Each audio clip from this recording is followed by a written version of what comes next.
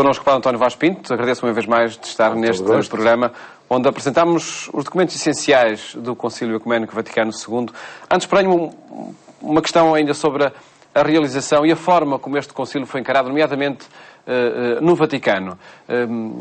Será que existia aquela perspectiva de reunir um conjunto de bispos de todo o mundo, representantes da Igreja de todo o mundo, para aprovar um conjunto de normas, e tudo isso acabou depois por ser, enfim, a realização do concílio foi além disso. Foram um conjunto de propostas que dele saíram, muito em diálogo com a sociedade do tempo?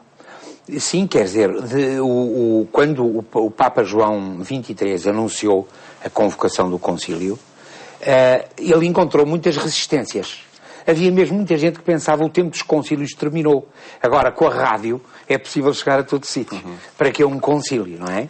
E depois havia, evidentemente, quem está muita gente que estava fixa nos seus princípios, achava que não era nada preciso, que o que era preciso era reafirmar o que já estava afirmado e que, portanto, achava que era uma espécie de um luxo e até um perigo, que era pôr a Igreja, digamos assim, a tremer, fazê-la vacilar, abri-la aos adversários e aos inimigos. Portanto, houve de facto, uma espécie de luta, no sentido saudável, entre variedíssimos membros da Igreja significativos, e não temos que os julgar, para fazer, primeiro para não haver concílio, e depois havendo, para ser um concíliozinho moderado, sem grandes mudanças. Mas, quando o concílio foi convocado, já tinha havido muitos estudos preparatórios, e foram todos varridos. Quer dizer, o concílio não vai reunir-se, como muitos bispos até pensavam, para aprovar os esquemas pré-elaborados. Não. Vamos deitar isso tudo fora e vamos repensar tudo a partir da origem. E, portanto, foi de uma novidade enorme e tanto mais importante quando depois se foram discutindo os diversos textos e, concretamente, as Constituições, eles foram aprovados por maiorias esmagadoras. Portanto, 2.500 prós, 25 abstenções e 9 contras. Portanto, acabou-se o concílio num trabalho formidável, não é? Onde colaborou muita gente e muitos peritos. Por exemplo, o atual Papa, o Bento XVI, era perito conciliar, era teólogo, não é? E tantos outros, não é? De várias orientações, acabaram por conseguir fazer um conjunto de textos de um enorme significado e que foi, de facto, um salto formidável para o século XX e XXI, porque o concílio está por fazer. Nós no último programa, na última conversa aqui com o Padre António Vaz Pinto, falámos da Constituição sobre a liturgia. Hoje, Padre António Vaz Pinto, que outro documento quer apresentar? Eu gostava de falar um bocadinho sobre a Dei Verbum, sobre a revelação divina. Acentua-se aí o valor e a centralidade da Bíblia, da Palavra de Deus? Sem dúvida, mas não só. Primeiro, porque Dei Verbum quer dizer Palavra de Deus. Mas ao contrário do que muita gente pensa, a Palavra de Deus não é apenas a Escritura. A Palavra de Deus é a Escritura, a Sagrada Escritura, e a tradição. Tradição com T grande. Que significa? Significa que a Igreja, na sua própria vida, é portadora de uma, entre aspas, doutrina que não está na Bíblia, mas que é indispensável para os cristãos. Isto é da maior importância. Portanto, não se pode resumir que está tudo na Bíblia. Não, há muitas coisas que não estão na Bíblia. Os 7 sacramentos não estão na Bíblia, estão alguns, e se é que estão, e tantas outras coisas, mas que fazem parte da tradição da vida. A tradição significa a entrega, é isto que significa. E, portanto, primeiro que tudo, esclarecer isso. Palavra de Deus é Bíblia e tradição. Ao contrário, por exemplo, dos protestantes, não é? Que, a partir de Lutero, só aceitam, embora hoje em dia haja também muitas aproximações, porque, por exemplo, quem é que escolheu os textos canónicos? Foi a tradição. E, portanto, quer dizer, há uma prioridade da tradição sobre a palavra da Escritura. E os protestantes têm que o reconhecer. Portanto, a ideia do Lutero, só a Escritura, só a Escritura, mesmo hoje em dia, mesmo os protestantes relativizam porque as coisas não podem ser bem assim e não foram consistentes. Tem importância por isso também a recepção em cada tempo dessa palavra de Deus? Evidente. E por isso mesmo é muito fomentada a formação, a leitura, e outras coisas que eu ainda gostaria de se me dar licença, porque o Lutero, aliás, na pista de Santo Agostinho, valoriza muito a fé como uma relação pessoal de confiança. E o catolicismo acentua mais um outro aspecto, que é conteúdos e afirmações. Ora, o concílio vem exatamente, numa definição estupenda de fé, dizer que pertence à fé não só o conteúdo, mas a relação àquele que revela a relação a Jesus Cristo.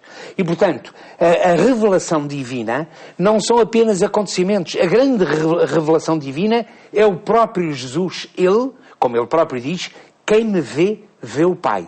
E, portanto, é Jesus, na sua palavra, nos seus gestos, na sua existência, nas suas atitudes, que é a grande revelação. E não basta eu, digamos assim, ler e dizer os parágrafos do credo. E são conteúdos que ele revelou, com certeza, muitos deles, outros são até anteriores. Mas não basta isso. É preciso a relação interpessoal com Deus, em Jesus Cristo, pelo Espírito Santo, e isso é que é a fé. E, nesse sentido, é uma concepção muito mais rica do que a fé muito intelectualista do Concílio de Trento, que estava, digamos, em vigor até então, não é? Nesta Constituição sobre a revelação divina, Dei Verbum, e para tentarmos apresentar a importância e o relevo que deve ser dado à Sagrada Escritura, à Bíblia, que propostas é que saem do Concílio nesse sentido? Bom, saem outra coisa muito importante.